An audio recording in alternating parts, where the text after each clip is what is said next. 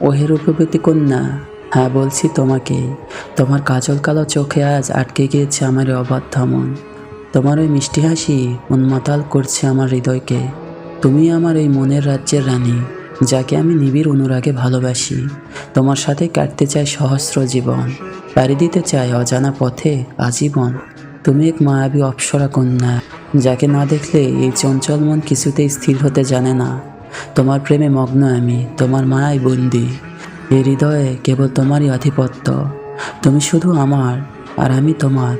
এই সত্যে মিশে থাকুক আমাদের পরিচয়।